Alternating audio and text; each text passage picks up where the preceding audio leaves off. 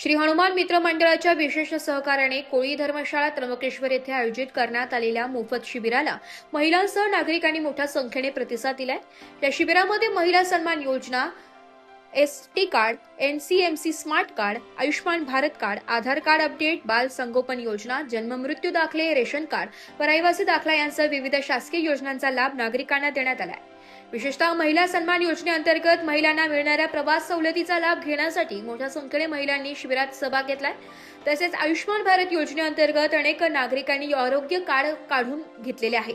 या शिबिराचे आयोजन नगरसेविका सौ पल्लवी प्रवीण शिरसाट व नगरसेवक रंगनाथ राजू जाधव यांच्या पुढाकारातून करण्यात आले।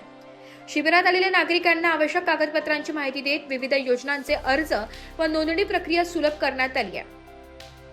शिबिराला महिलांचा व नागरिकांचा उत्स्फूर्त प्रतिसाद लाभला असून अनेक गरजू नागरिकांनी विविध शासकीय योजनांचा लाभ घेतला। नागरिकांनी अशा प्रकारची शिबिरे वारंवार आयोजित करण्याची मागणी यावेळी केली आहे। ब्युरो रिपोर्ट, नाशिक लोकशाही न्यूज, नाशिक। टेक